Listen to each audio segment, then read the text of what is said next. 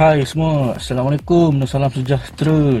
Selamat datang ke channel Aizat Mahadan. Kepada yang belum subscribe, tekan butang subscribe dan tombol loceng supaya dapat tengok video yang seterusnya lah. Jadi video kali ini aku nak share tentang macam mana cara-cara pemanduan Grab khas untuk driver baru lah. Macam mana cara-cara kita nak bezakan di antara tambang cash, GrabPay dan sedikit tips lah. Okey, jom.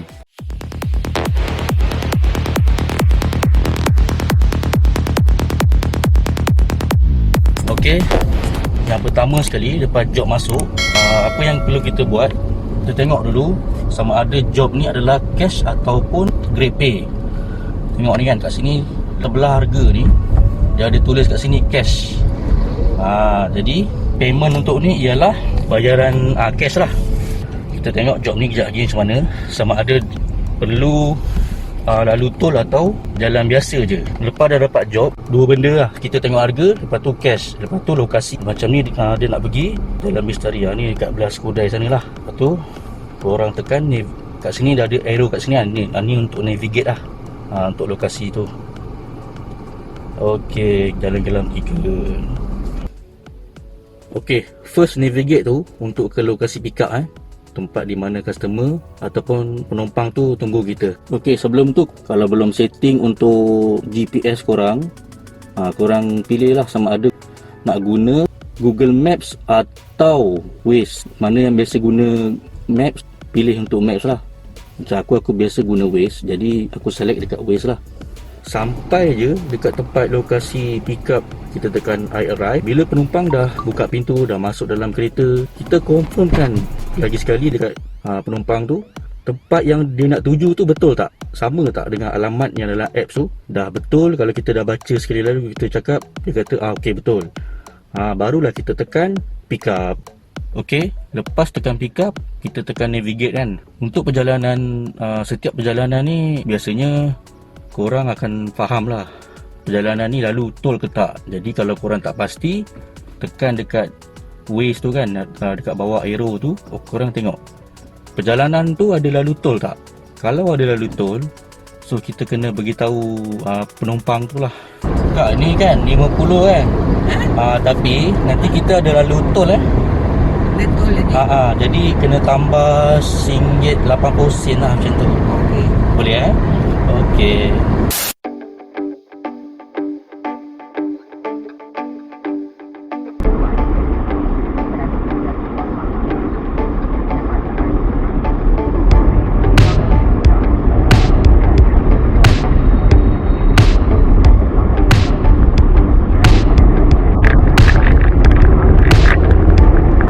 Okey, untuk pembayaran tol ni ada dua cara tak kira sama ada cash atau yang guna tambang GrabPay. First, kita dulukan duit kita. Maknanya sejurus selepas sampai kat tempat untuk drop off dia, kita collect, tambang dan dicampurkan dengan sekali tol lah. Okey, cara kedua ialah customer ni kadang-kadang dia ada kad touch and go dia sendiri. Jadi kadang-kadang diorang offer lah kad touch and go diorang.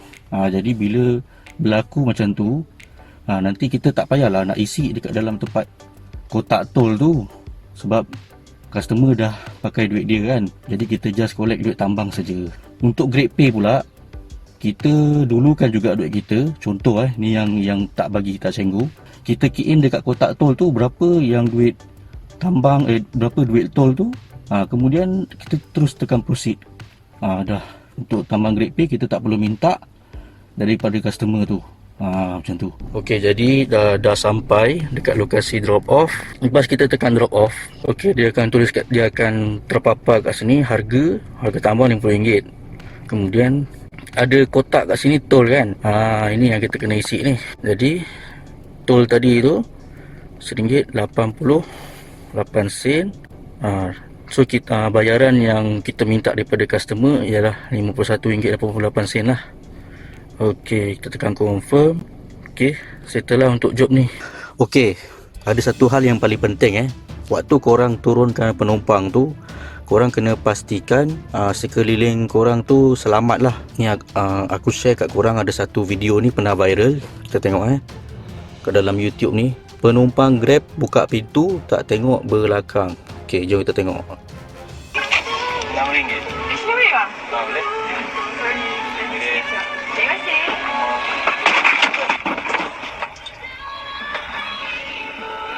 Bang, saya tengok dah.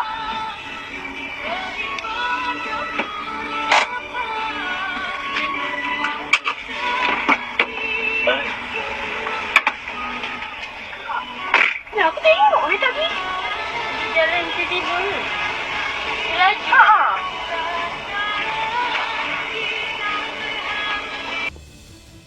So aku tak tahu apa kesudahan macam mana driver Grab tu settle dengan penumpang. Tapi itulah, kita nak turunkan penumpang tu, kita kena pastikan tempat tu sekeliling kita tu selamat.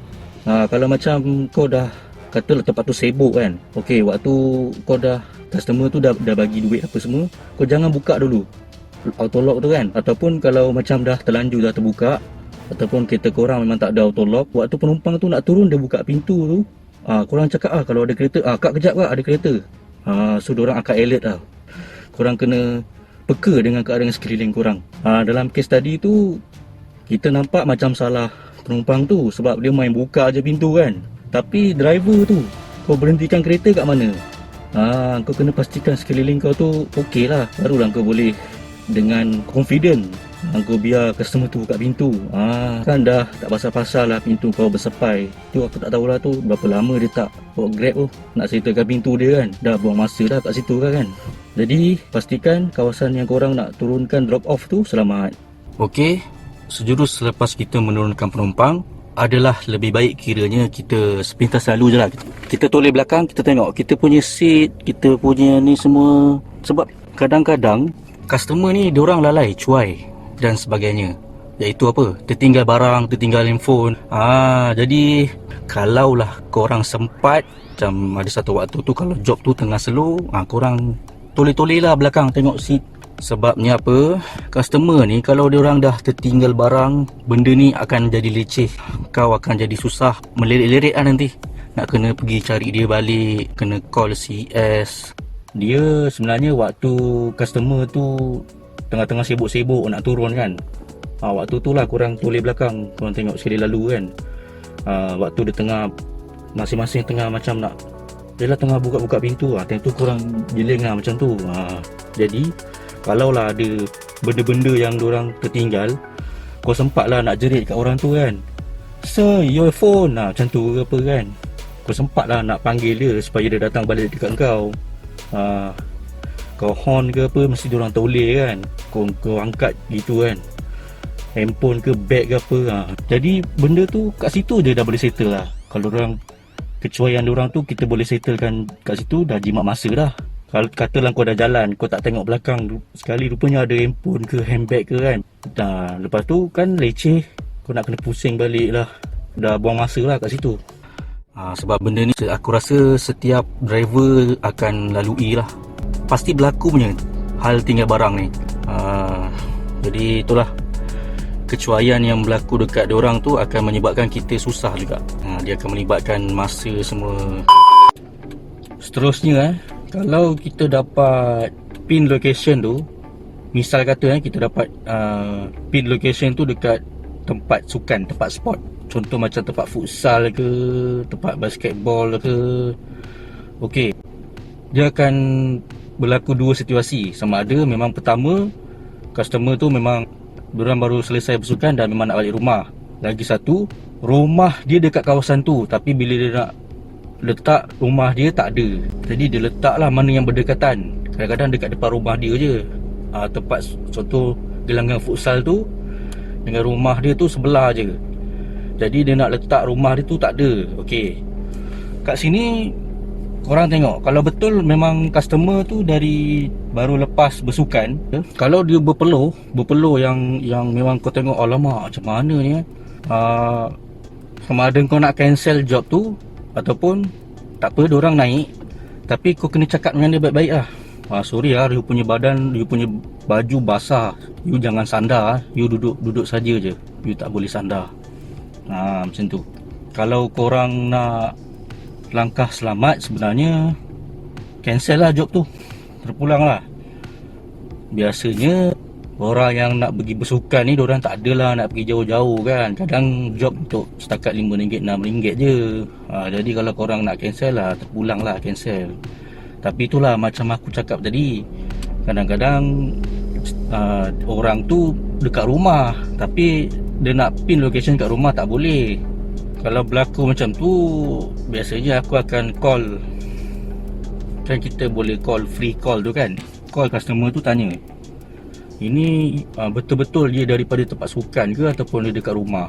Tak apa, korang kalau betul korang nak ambil job tu, kalau macam dah sampai kan, memang dah, alamak macam mana ni, kau dah, customer tu dah buka pintu dah nak masuk kan, kau pula rasa bersalah untuk cancel job tu. Kau cakap je, tak apalah, dengar macam gangster, tak apa, kau cakap je, bang, sorry bos, you punya badan basah, tapi you duduk saja, you jangan sandar, nanti next customer dia mesti komplain I punya. Tak apa, selamba je cakap macam tu. Dia orang faham lah, biasa dia orang tahulah.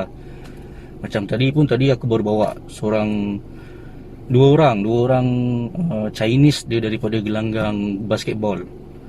Tapi aku tengok masa aku sampai tadi, aku tengok dia tak adalah menjurai-jurai peluh dia kan. Tapi masa dia masuk tadi, aku bercakap lah, bos, kalau badan you peluh jangan sandar. Diorang pun okey. Kena pandai macam mana nak handle situasi tu lah. Okey, seterusnya aku nak tunjuk kat korang macam mana perjalanan untuk tambang grade P. Kalau kita dapat grade P tu, macam mana dia punya ni lah, ping dia lah. Okey, untuk job yang jenis grade P, dia akan keluar macam ni lah. Sebelah harga tambang tu RM7 tu, dia keluar warna biru tulisan grade P. Grade P ni maksudnya bayaran yang dilakukan oleh customer adalah secara credit card lah. So kita tak perlu minta dari customer nanti duit tambang lah. So dia akan terus masuk ke dalam kita punya cash wallet lah nanti. Lepas kita drop off, tengok bila kita tekan drop off ni kan, okay, macam biasa dia akan keluar nama orang tu, lepas tu harga tambang, kotak tol dan others lah. Okay, kita terus tekan proceed.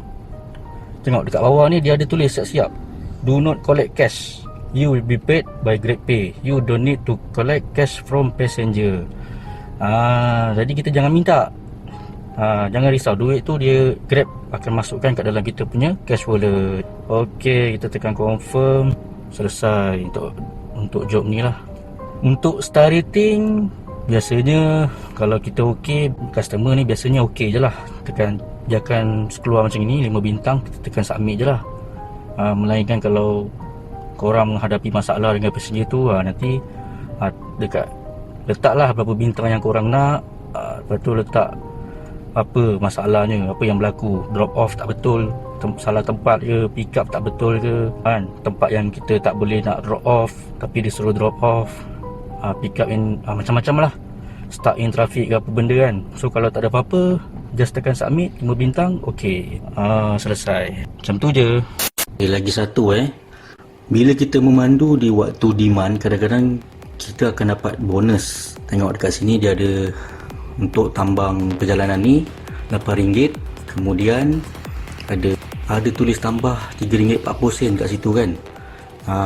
Jadi RM3.40 ni kita jangan pula kita minta dari penumpang tu. Itu Grab akan masukkan ke dalam kita punya cash wallet jugalah. Ni bonus. Jadi kita minta dia tambang je lah RM8 ni. Alright. Okey, diharap video tadi tu dapat memberi sedikit sebanyak gambaran ataupun cara dengan lebih jelas lah, khas untuk pemandu baru lah.